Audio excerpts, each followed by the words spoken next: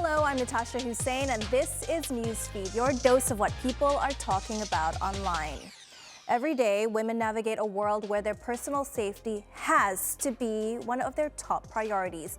We think twice about walking alone at night, plan our routes through well-lit areas, and always keep our phones or keys close by. It's a frustrating reality, and unfortunately, one that extends into the digital realm. The online landscape is where we live, work, and connect. Yet, it's also where women, girls, and marginalized individuals face new threats every day. The rise of image-based sexual abuse, blackmail, cyberbullying, cyberstalking, deepfakes, and doxing put women's digital safety in the spotlight. Research shows that women are disproportionately targeted by cyber harassment and stalking compared to men. According to the UN, a staggering 95% of online aggression, including harassment, abusive language, and denigrating content, is directed at women.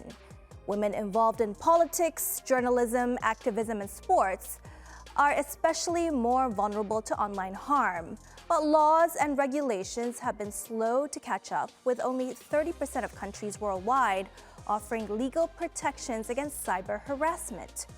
That's why many women are taking charge in the digital realm, from using their social media platforms to educate others, to launching campaigns and organizing workshops.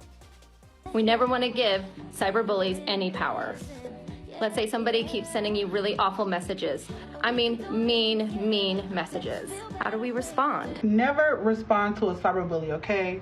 They're going to say this, they're going to say that. They just want to get a reaction out of you, but you give them none.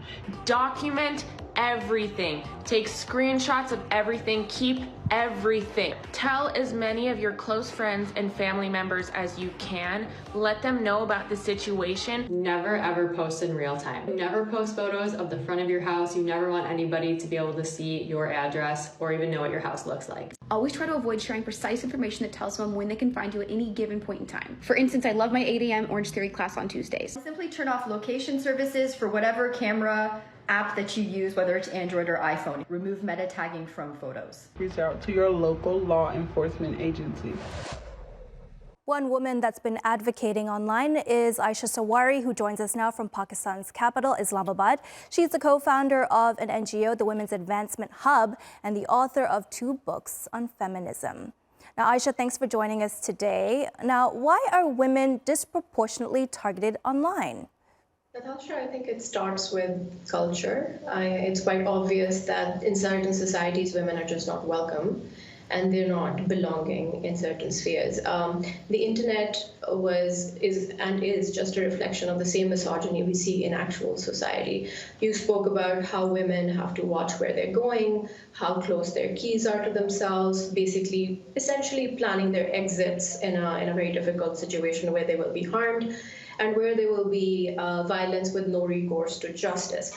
The internet's exactly like that for them. They're not supposed to be there. Whenever they are there, they're either slut-shamed, character assassinated, or stalked, and to a point that their online persona, can transfer offline, and their physical safety can be at threat. When the internet came, we were superbly happy that finally women can have a voice without having physical harm.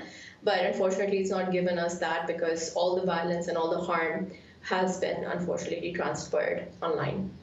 Now, you say that essentially the internet is a reflection of the real world. So is it even worse for women of color online? Who is most vulnerable? Certainly mostly women of color, in the intersectionality between women of color, probably poverty, middle class, conservative value sets. All of these are absolutely fine as long as you provide women the same resources that you provide any other citizen. The problem is that the internet is now the library of the world. And so if you're reducing women's access to it, making it more harmful for them to enter that certain sphere, you're limiting their access to resources from which the country benefits, from which societies and communities benefit. These information sources can be really important in terms of childbirth, countries like ours have the worst infant mortality rate, maternal mortality rate. So therefore, the internet was this great dream of an equalizing world where now women can get access to things where the state could not provide them important health and education facilities. But we still see, according to GSMA, that about 35% of women, like it's more unlikely for women to have access to the internet, almost 35% less likely are there to access the internet than any other country. Also, we are amongst, I think, the worst in terms of the gender gap in terms of accessing broadband internet. So I think there are about 122 million phone subscriptions where you can access the internet, and only about 29% of those are women. And we're not even sure if they really have fully access to that phone. Mostly the men not only control their access to the internet, but also control their access to what they get on the internet. So there are several barriers before a woman can access important information for herself and her progress and her family's progress. All right, you're in Pakistan. What sort of threats or risks do you see towards women there in the digital realm? You particularly mentioned some groups that have more threat, like journalists, because they are sort of, like I said, in the intersection of how not to behave. The best women in our societies are those that are most silent. When you have the internet and the power of the internet, suddenly your power magnifies, your voice magnifies, your ability to cross-cut across generations and across societies increases. Now that suddenly is something that anyone would like to control, anyone in power would like to control. So I would say women journalists, and by journalists I mean any woman who has a voice, a citizen journalist voice, is in danger of threat because she may or may not agree with those in power. So we've seen a lot of transference between even celebrities, harmless celebrities who are just doing entertainment on the internet. You suddenly see that they're sort of like mob lynched on the internet, and then offline their brothers kill them. This happened with one of the entertainers, Yedi Bela, who was just considered to be harmless fun, and then suddenly she was honor killed.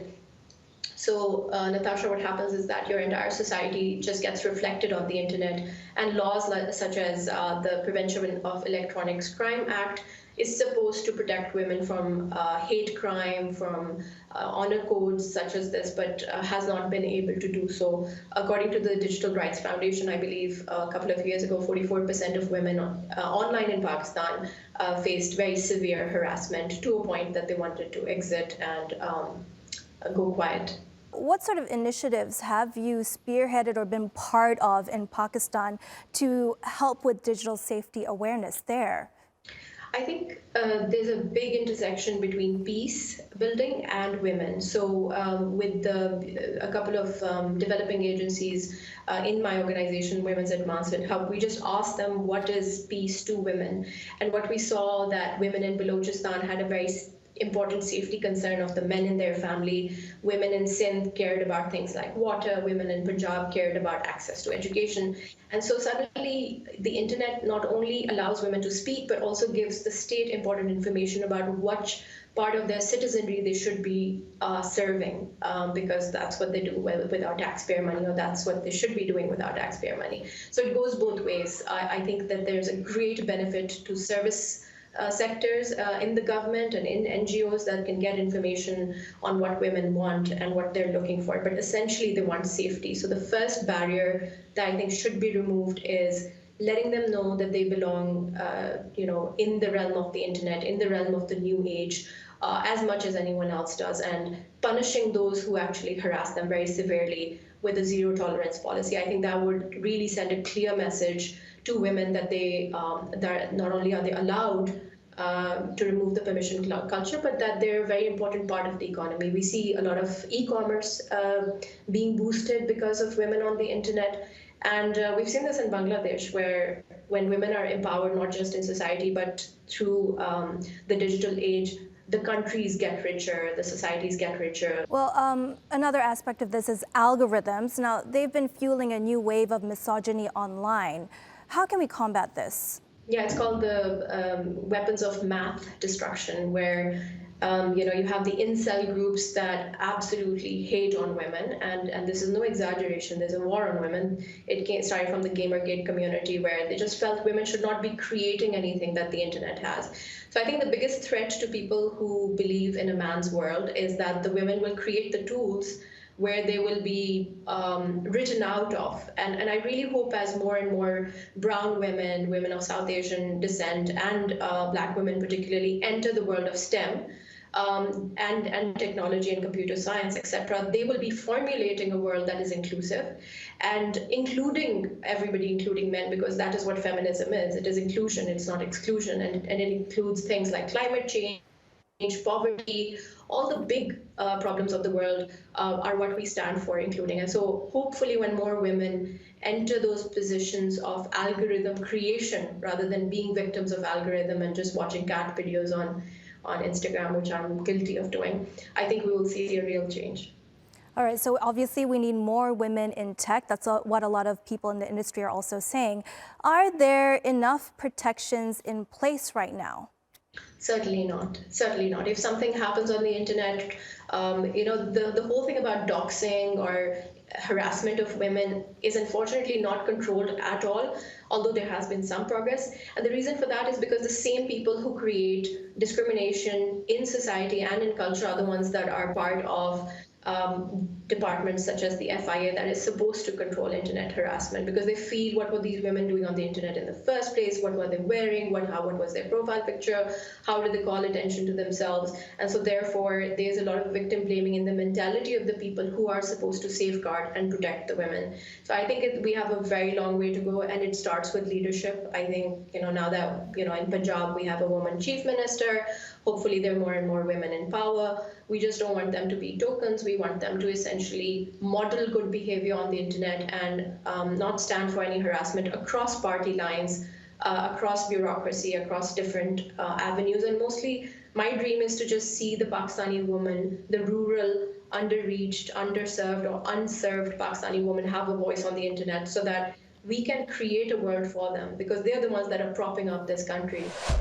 If you're by any chance an older sibling like me, you might have heard about something called Eldest Daughter Syndrome. Now, big sisters have found themselves a moment to shine online with a recent viral concept, often described as overachievers with an intense sense of responsibility and a tendency to please people.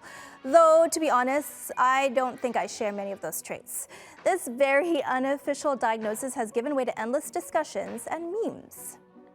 And our last story today is equally as unhinged as our last story. Well, you'll see. Istanbul is known for its cats. Open up any app, and many of those viral feline videos you see will likely be from the streets of this very city. We have ticket inspector cats on the subway, cashier cats at stores, security cats at the doors, but one of them is not as easygoing as others. Meet Yedi Bela Husnu, a notorious kitty who essentially controls its street. His name translates as Seven Sins Husnu. He's named after a troublesome movie character from the 70s. Husnu has caused a viral stir here for being the ultimate gangster. We leave you with some of his antics.